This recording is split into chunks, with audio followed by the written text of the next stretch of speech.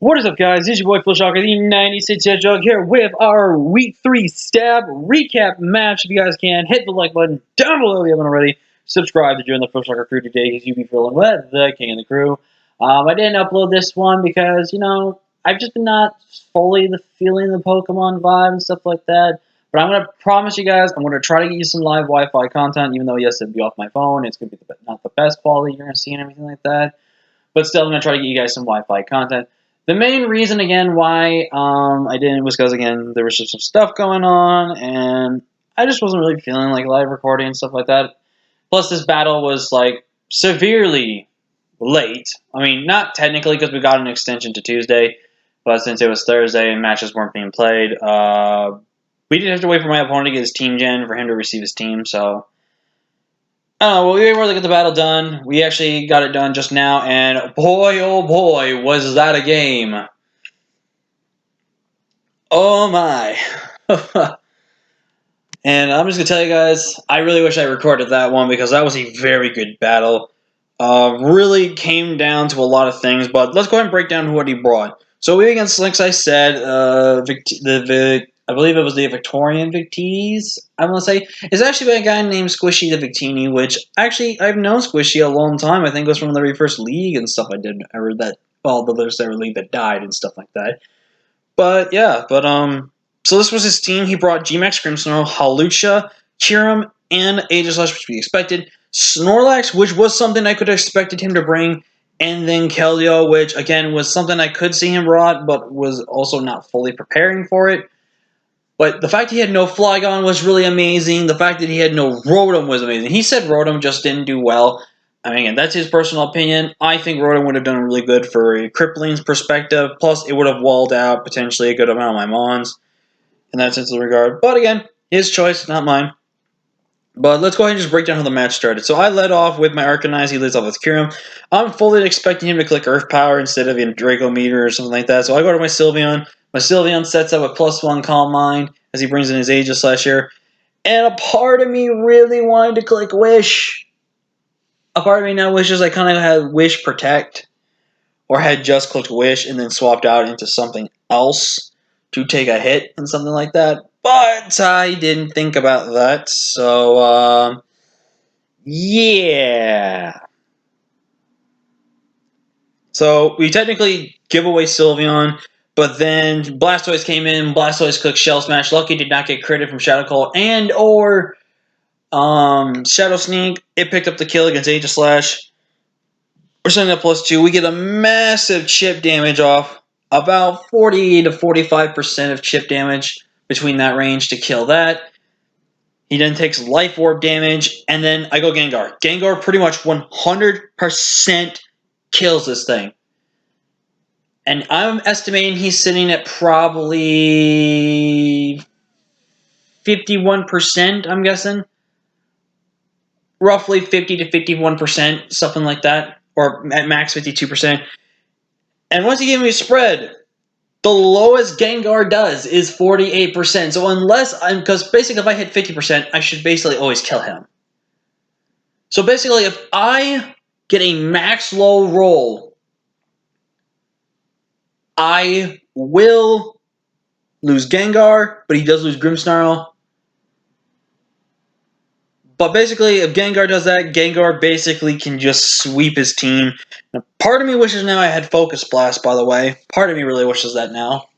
I probably should have put that on there in case instead of Clear Smog, but it was already done. Couldn't change it. But, so yeah, so Aegislash dropped to Blastoise. Blastoise then drops to Grimmsnarl.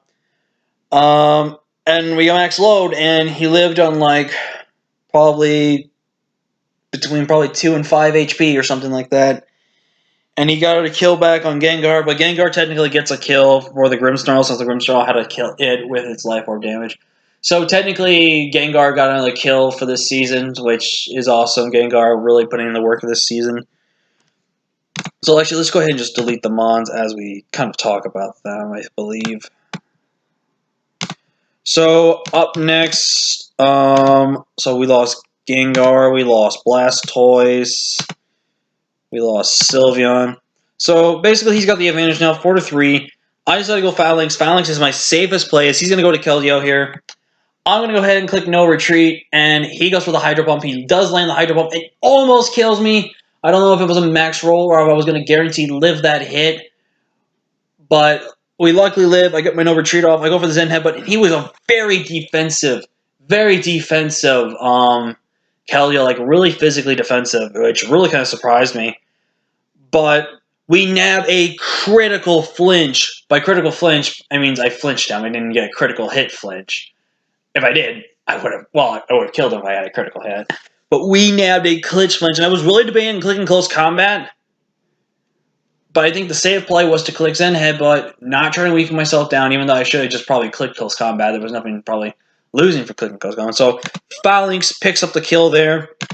And now he goes into his Hawlucha, and this is a damage roll if he has no HP investment, which I don't think he would put really any HP investment. I mean, he could, but he could probably put that in Spadef over defense and stuff like that. I go for the Zen Headbutt again, and we get another low roll. Well, not a massive low roll. I think a low mid roll. It was a chance to kill. We did like 94 to 110% and stuff like that. So we were basically guaranteed if we had set up Stealth Rocks or had ways to set up Stealth Rocks, we would have won because I think he didn't have a defogger, it looks like, and that's what Hawlucha's role was to be. If we had Stealth Rocks, we would have probably have won with Phalanx. But, you can't change it all, you can't fix it all. He was really surprised to not see Rhyperior, Serena, things like my Hydreigon. Hydreigon, again, like I said, was something I would have brought, but hitting him 2 fighting types and Grimmsnarl, I just could not bring that Mon.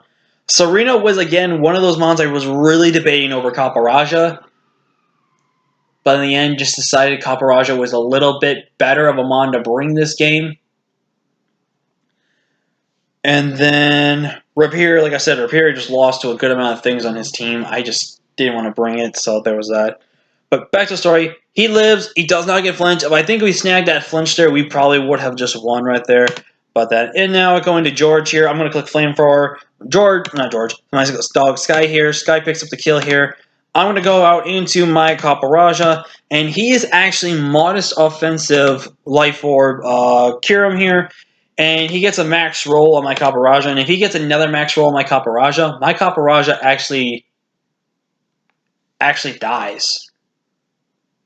So we have to pray to God he does not get a max roll on this next Earth Power. Because he's basically now put himself in range of Ironhead killing him. Because, actually, no, he was around like between 70 and 75%. We basically had to get a mid-roll to kill him. But then after he took another Life Orb hit, I think he dropped himself down to around 69% or something like that. So we had a very strong chance to kill him, basically guaranteed kill him. If not, he would have just died the next turn through the Life Orb. But basically, Copperajah picking up a kill against a Kyurem, which was really great. But then Copperajah goes down, and then I go for the Toxic on my Sky, and he was an Immunity Snorlax. And I gotta say, if you guys don't know what I'm doing, clapping, not the other word. But I was not mad at that point. This was a super good game. And I've been really proud that my games have not gone to timer. I'm really proud that my games have literally not gone to timer. I think I've calced long enough and stuff like that. There's just also a little side note I'm adding here. Because I use the 20-minute timer and stuff like that. And I personally have not felt like I have not had enough time to do this. I personally felt like there were enough times for me to get my times in the calc and stuff like that.